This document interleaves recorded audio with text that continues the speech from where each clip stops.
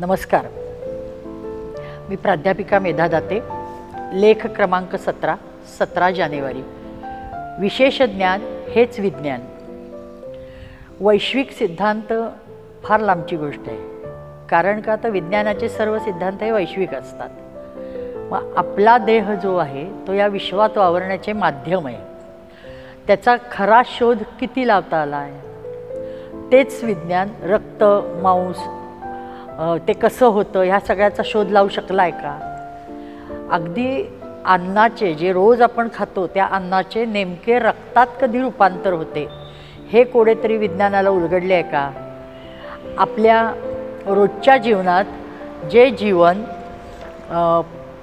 म्हणजे काय जीवनचक्र आपलं जे चालू असतं त्यात प्रभावी सगळ्यात महत्त्वाचं काम काय करतं तर आपलं हे मन. हे मन आपल्या देहामध्ये नक्की कुठं आहे याचा शोध तरी लागला आहे का? पण हे सगळं हा विषय जो आहे हा फार वेगळा आणि गहन आहे. हे शास्त्रज्ञ तिथं पोचू शकलेले नाहीत, ते असमर्थ आहेत. पण मग परंपरागत मान्यता प्राप्त असणाऱ्या वेदांवर विश्वास ठेवायला काय हरकत आहे? कारण वेदांनी माणसाला यज्ञशील म्हटले, परोपकार परायण असं म्हटलं, सत्सद्वृत्तीवाला अशीही उपाधी दिलेली आहे. व त्यासाठी वैदिक कर्म अपरिहार्य आहे.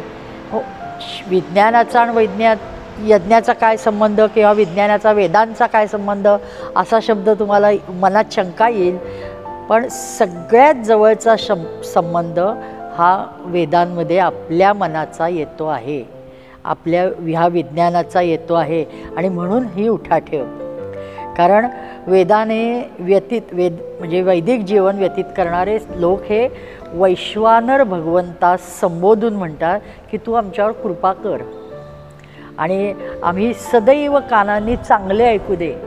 आज कोणीही अशी इच्छा करत नाही. आपण मोबाईलच्या आहारी अधीन इतके झालो आहोत की चांगलं ऐकावं असं मनातही येत नाही. जे आहे ते ऐकत राहायचं, आलेलं ऐकत राहायचं असा आपला एक स्वभाव होऊन गेला आहे. पण भद्र वचन आम्हाला ऐकायला मिळू दे, म्हणजे ते सत्यवचनच असतात, ती हितकारकच असतात, तेच आम्हाला ऐकायला येऊ दे. आणि तसं ऐकल्यामुळं त्याचं आपोआप मनन होतं, चिंतन होतं. वारंवार ऐकल्यामुळं सत्यान्वेषी मार्गस्थ आपण जाऊ लागतो. म्हणजे खूप उदात्त विचार वेद सांगतात.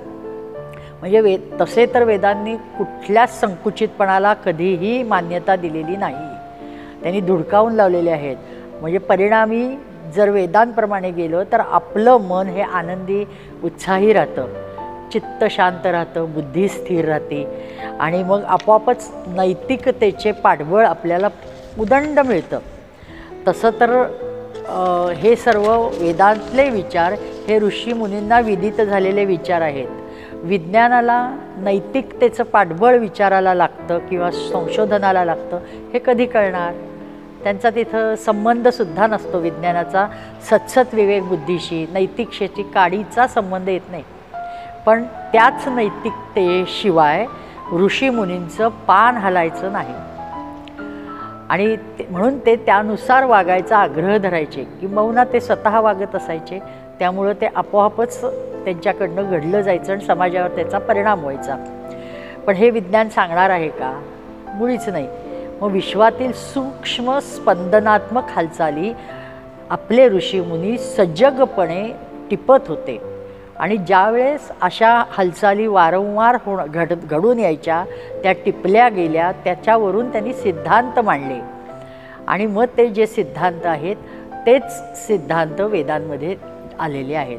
त्यावरून सत्य बोला म्हणजे ह्या सर्व गोष्टी ऋषीमुनींनी ज्या वेदात मांडल्या, ज्या वेदाज्ञा म्हणून आहेत, त्यांनी स्वतः आचरण केलेले आहेत. सत्य, ईश्वर प्रणिधान, तप आणि सर्वात महत्त्वाचं म्हणजे ब्रह्मचर्य. ह्या सर्वांवर कडी म्हणजे शरणागती. कितीही ईश्वर प्रणिधान असू दे, सत्य असू दे, तुम्ही त्या विलक्षण चैतन्य शक्तीला शरण गेलंच पाहिजे. आपल्या हे विश्व चालवण्यामागं चराचर व्यापक असणारा परमात्मा, त्याला शरण जाऊन ऋषीमुनींनी हे सर्व काम केलं, सातत्याने केलं, वारंवार न थकता केलं आणि जगाच्या कल्याणासाठी केलं. त्यामुळं त्यांचेही हे जे सिद्धांत आहेत ते कुठल्याही प्रयोगशाळेशिवाय असले तरी ते श्रेष्ठच आहेत आणि ते विशेष ज्ञान आज लोकांना म्हणजे शास्त्रज्ञांना प्रचितीला यायला लागले आहे.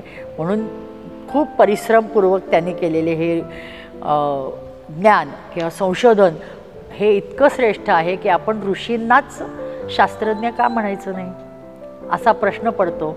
आणि मग विश्वास हा त्याच्यावर ऋषींवर ठेवून आपण जर पंचसाधन मार्गाने चालायला सुरुवात केली तर निश्चितच आपण विज्ञानापासून दूर न जाता जास्तीत जास्त जवळ जातो हा विश्वास धरायला हरकत नाही. तर जय पंचसाधन, जय विज्ञान.